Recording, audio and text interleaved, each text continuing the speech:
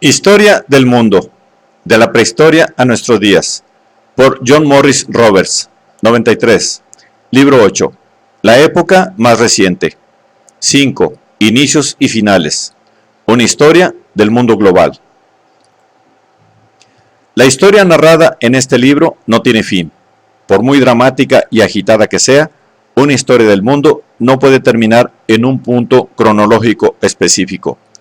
Concluir en el año en que el autor deja de escribir es un recurso meramente formal. Poco se puede decir sobre el futuro de los procesos históricos vigentes, así que se cortan a medias. Como la historia es lo que la gente de una época considera destacado sobre otra, los acontecimientos recientes adquirirán nuevos significados y los patrones actuales perderán sus rasgos destacados a medida que las personas reflexionen una y otra vez sobre lo que ha hecho del mundo el lugar donde viven. Incluso dentro de unos meses, las actuales valoraciones sobre lo que es o no importante empezarán a parecer excéntricas, dada la velocidad a la que evolucionan los acontecimientos. Cada vez es más difícil mantener una misma perspectiva. Esto no significa que la historia no sea más que una colección de hechos o una sucesión de acontecimientos constantemente redimensionados, como las imágenes de un caleidoscopio. Se pueden distinguir fuerzas y tendencias que han operado durante largos periodos en grandes regiones. De todas estas tendencias, a más largo plazo, destacan tres: la aceleración gradual del cambio, una creciente unidad de la experiencia humana y el aumento de la capacidad humana para controlar el entorno. Todo ello ha hecho que actualmente podamos reconocer por primera vez una historia mundial realmente unificada. Está claro que la expresión "un solo mundo" sigue siendo poco más que una hipocresía, pese a la carga de idealismo que le imprimieron los primeros que la usaron. Los conflictos y enfrentamientos son demasiados, y en ningún otro siglo se ha visto tanta violencia como en el siglo XX. La política ha sido clara y peligrosa aún en los casos en que no ha desembocado en enfrentamientos abiertos, tal como demostró la Guerra Fría. Y ahora, apenas empezado un nuevo siglo, siguen apareciendo nuevas divisiones. Paradójicamente, la Organización de las Naciones Unidas sigue basándose, aunque quizá algo menos que hace 50 años, en la teoría de que la totalidad de la superficie del globo se divide en territorios que pertenecen a unos 200 estados soberanos. Los ásperos conflictos de la ex Yugoslavia aún pueden reanudarse y el enfrentamiento que, de un modo algo simplista, algunos presentan como un choque de civilizaciones entre el mundo islámico y Occidente, en realidad es fraccionable, como demuestra la media docena de divisiones tribales que presenta un país tan islámico como Afganistán. Se podría decir mucho más al respecto. Sin embargo, eso no significa que hoy en día la humanidad no comparta más de lo que ha compartido en el pasado. La unidad se va extendiendo por la humanidad. El calendario originalmente cristiano, adaptado en épocas recientes para que sea políticamente correcto, usando era común, S, y antes de la era común, AEC, o antes del presente, AP, en vez de A.C y D.C. Se ha convertido en la base de la actividad de los gobiernos de la mayor parte del mundo. La modernización implica una creciente unificación de objetivos. Los choques de culturas son frecuentes, pero en el pasado eran incluso más evidentes. Lo que compartimos hoy en día afecta la vida cotidiana de millones de personas. Si la sociedad se basa en compartir experiencias, nuestro mundo comparte más que nunca, aunque, paradójicamente, la gente sea más sensible a las diferencias entre las personas en su experiencia diaria. Sin embargo, cuando los habitantes de poblados vecinos hablaban dialectos notablemente diferentes, cuando la gente raramente se desplazaba en toda su vida a más de 20 kilómetros de sus casas, cuando incluso sus ropas y sus herramientas demostraban, por su forma y su elaboración, grandes diferencias tecnológicas, de estilo y de tradición, sus experiencias eran mucho más diferentes entre sí que en la actualidad. Las grandes divisiones físicas, raciales y lingüísticas del pasado eran mucho más insalvables que sus equivalentes actuales. Esto se debe a la mejora de las comunicaciones, a la difusión del inglés como lengua franca global entre las personas con estudios, a la educación de las masas, a la producción masiva de objetos de uso común, etc. Un viajero aún puede encontrar ropas exóticas o curiosas en algunos países, pero hoy en día la gente de todo el mundo viste de un modo más homogéneo que nunca. Los kilts, los kaftanes o los kimonos se están convirtiendo en recuerdos para turistas o en reliquias de un pasado para nostálgicos cuidadosamente conservadas, mientras que la vestimenta tradicional se convierte cada vez más en señal de pobreza y atraso. Los esfuerzos de unos pocos regímenes conservadores y nacionalistas por aferrarse a los símbolos de su pasado no hacen más que ponerlo aún más de manifiesto. Las revoluciones iraníes volvieron a ocultar a sus mujeres bajo el chador, porque sentían que la experiencia que les llegaba del mundo exterior resultaba corrosiva para la moral y la tradición. Pedro el Grande ordenó a su corte que usara ropas al estilo de Europa Occidental, y Atatürk prohibió a los turcos ponerse el fez, como declaración de un nuevo rumbo hacia una cultura progresista y de un paso simbólico hacia un nuevo futuro. No obstante, la experiencia compartida que poseemos no es más que una consecuencia secundaria de cualquier compromiso consciente. Quizá esta sea una de las causas de que los historiadores le hayan prestado siempre poca atención y de que normalmente les haya pasado inadvertida. Sin embargo, en un tiempo relativamente corto, millones de hombres y mujeres de diferentes culturas se han visto liberados en cierta medida, por ejemplo, de muchos efectos de las diferencias climáticas gracias a la electricidad, al aire acondicionado y a la medicina.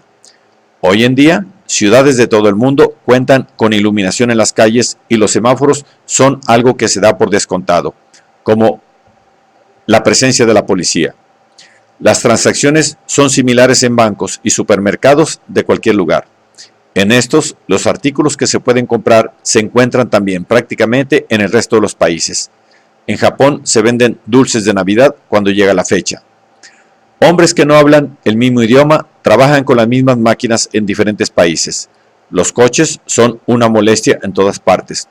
Algunas personas rurales aún se escapan de algunos de estos elementos comunes de la vida moderna, pero no así las grandes ciudades, que hoy en día concentran más que nunca a la mayor parte de la población. No obstante, para millones de sus habitantes, las experiencias que comparten también son de miseria, precariedad económica y privaciones. Cualesquiera diferencias de origen que presente su población, sea musulmana, hindú o cristiana, y tanto si contienen mezquitas como templos o iglesias, El Cairo, Calcuta y Río de Janeiro ofrecen panoramas similares de miseria y, para unos pocos, de opulencia. Otras desgracias también se comparten ahora con más facilidad que antes.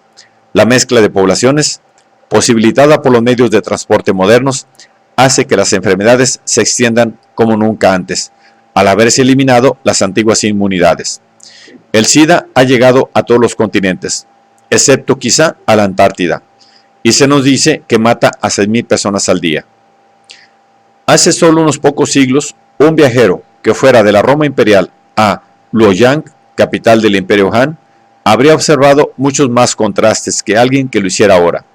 Los ricos y los pobres llevarían ropas de un corte y unos materiales diferentes de los que él conociera. La comida que le ofrecerían le resultaría rara. Vería por las calles animales de razas para él desconocidas y soldados con armas y armaduras bastante diferentes de las que había dejado tras de sí. Incluso las carretillas tendrían una forma diferente.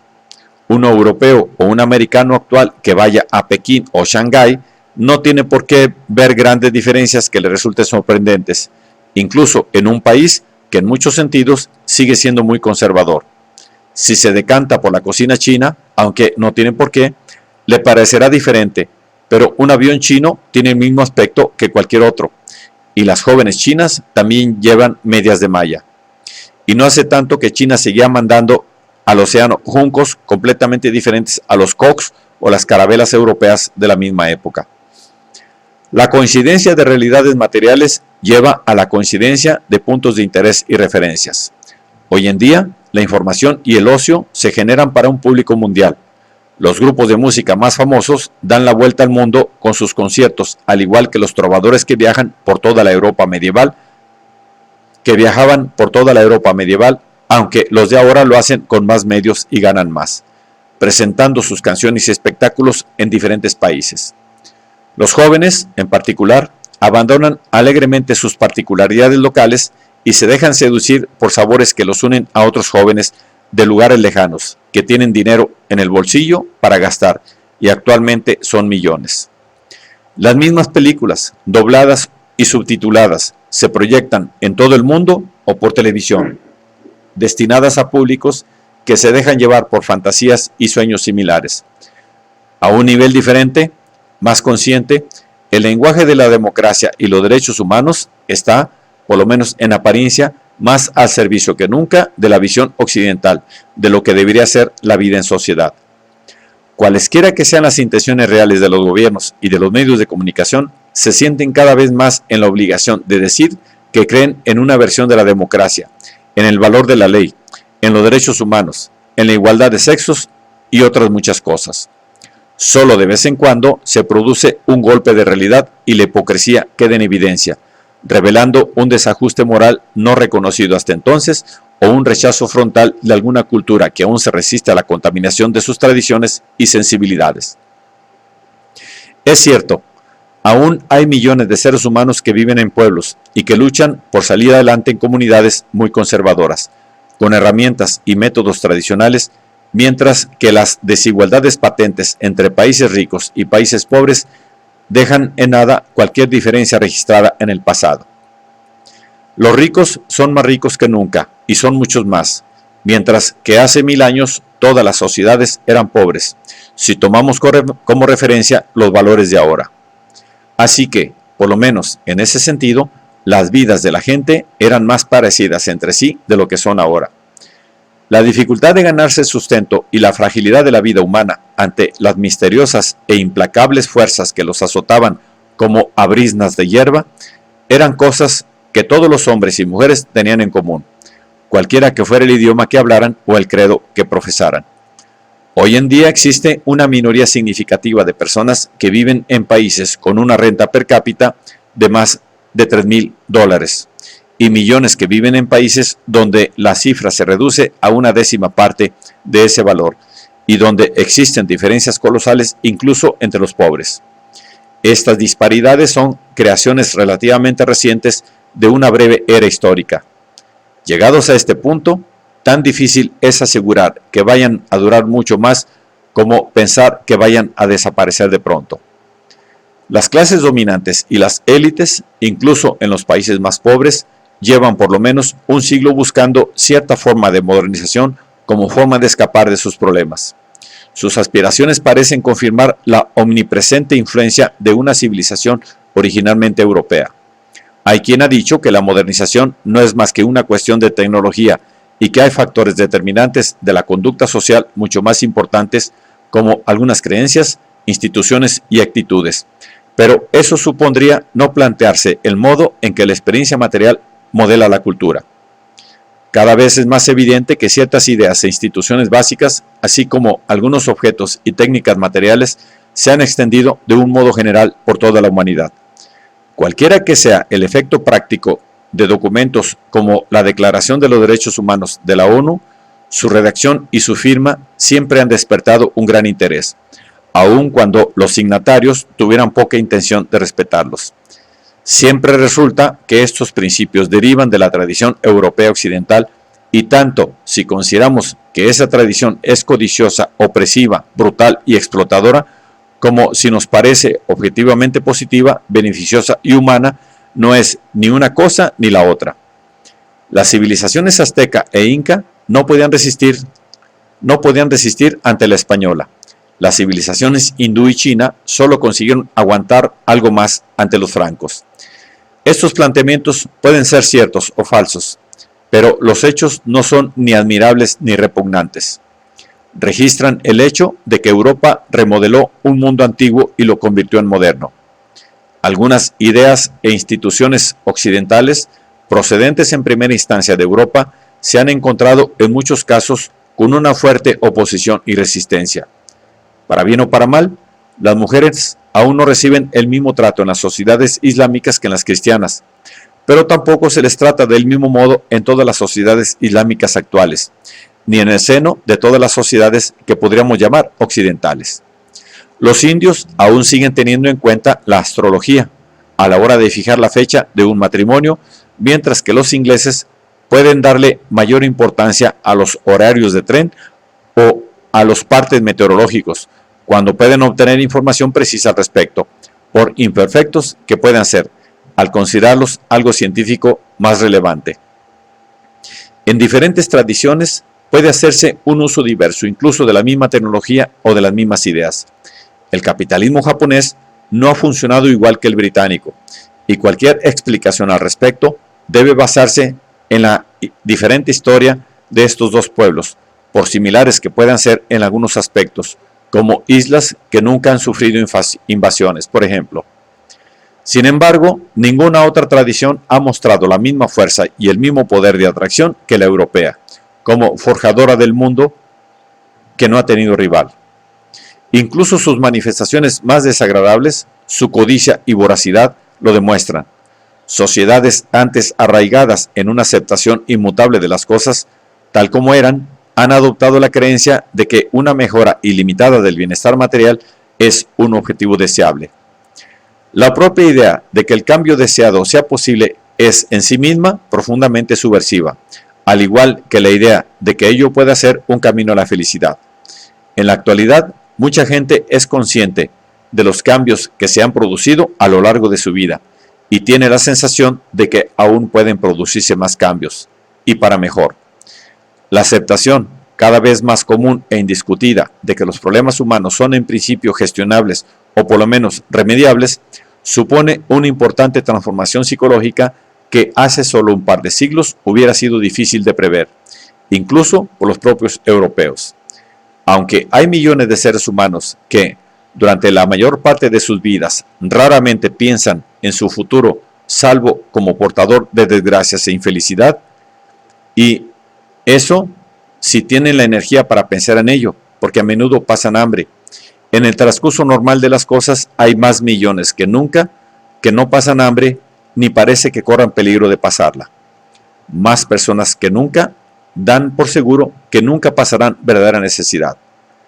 A un número menor, pero aún así enorme, les resulta fácil creer que su vida mejorará, y muchos más piensan que debería hacerlo. Este cambio de perspectiva es sin duda más evidente en las sociedades ricas, que actualmente consumen más recursos de la tierra que los ricos de hace solo unas décadas. En el mundo occidental, pese a la presencia de minorías marginales y clases deprimidas, la mayor parte de la población es comparativamente rica. Hace solo unos 200 años, el inglés medio raramente habría podido viajar en toda su vida a más de unos kilómetros del lugar de su nacimiento, y lo hubiera hecho a pie. Hace solo 150 años no habría tenido asegurada la provisión de agua limpia. Hace 100 años se hubiera enfrentado a la posibilidad real de quedar tullido o incluso morir por un accidente fortuito o por una enfermedad para la que no hubiera o no se conociera remedio y para la que no se le ofrecería ninguna asistencia médica, mientras que su familia comería alimentos escasos y desequilibrados, por no hablar de insípidos y poco apetitosos, que actualmente solo comen los más pobres del país. Y a los 50 o 60 años, si sobrevivía, podría esperar el inicio de una penosa y dolorosa anciandad. Prácticamente lo mismo podría decirse de otros europeos, norteamericanos, australianos, japoneses, etc. Actualmente, millones de entre los más pobres del mundo pueden plantearse posibilidades de mejorar su suerte. Más importante aún es el hecho de que haya quien crea que ese cambio se puede buscar, procurar y fomentar. Los políticos se lo dicen. Hoy en día es evidente que de forma implícita los pueblos y los gobiernos dan por sentado que muchos problemas específicos de sus vidas y de la vida de sus sociedades pueden solucionarse. Muchos van más allá y creen que se solucionarán. Eso, por supuesto, no puede darse por sentado. Puede que estemos ya agotando nuestras abundantes provisiones de comestibles, de combustibles fósiles baratos y de agua. Puede que también sintamos cierto escepticismo sobre la posibilidad de reformar el mundo para aumentar la cantidad de felicidad humana cuando recordamos algunos proyectos de ingeniería social del siglo XX, o al considerar las supersticiones y los sectarismos, los moralismos intransigentes y las lealtades tribales que aún provocan tanta miseria y tanto derramamiento de sangre. Aún así, cada vez hay más gente que se comporta como si sus problemas fueran, en principio, solucionables o evitables. Esto supone una revolución en cuanto a la actitud humana. Sin duda, sus orígenes más profundos se remontan a milenios atrás, a una prehistoria de lenta y progresiva capacidad de manipular la naturaleza, cuando los predecesores del ser humano aprendieron a manipular el fuego o a sacar punta a un pedazo de sílex. La idea abstracta de que este tipo de manipulación fuera posible no tomó forma hasta mucho más recientemente, y al principio solo la consideraban unos pocos, en unas épocas específicas y cruciales y en determinadas regiones culturales. Pero actualmente es una idea muy extendida. Ha triunfado en todo el mundo. Ahora damos por sentado que la gente de todo el mundo debería empezar y empezará a preguntarse por qué las cosas siguen igual, cuando evidentemente podrían mejorar. Es uno de los mayores cambios de toda la historia.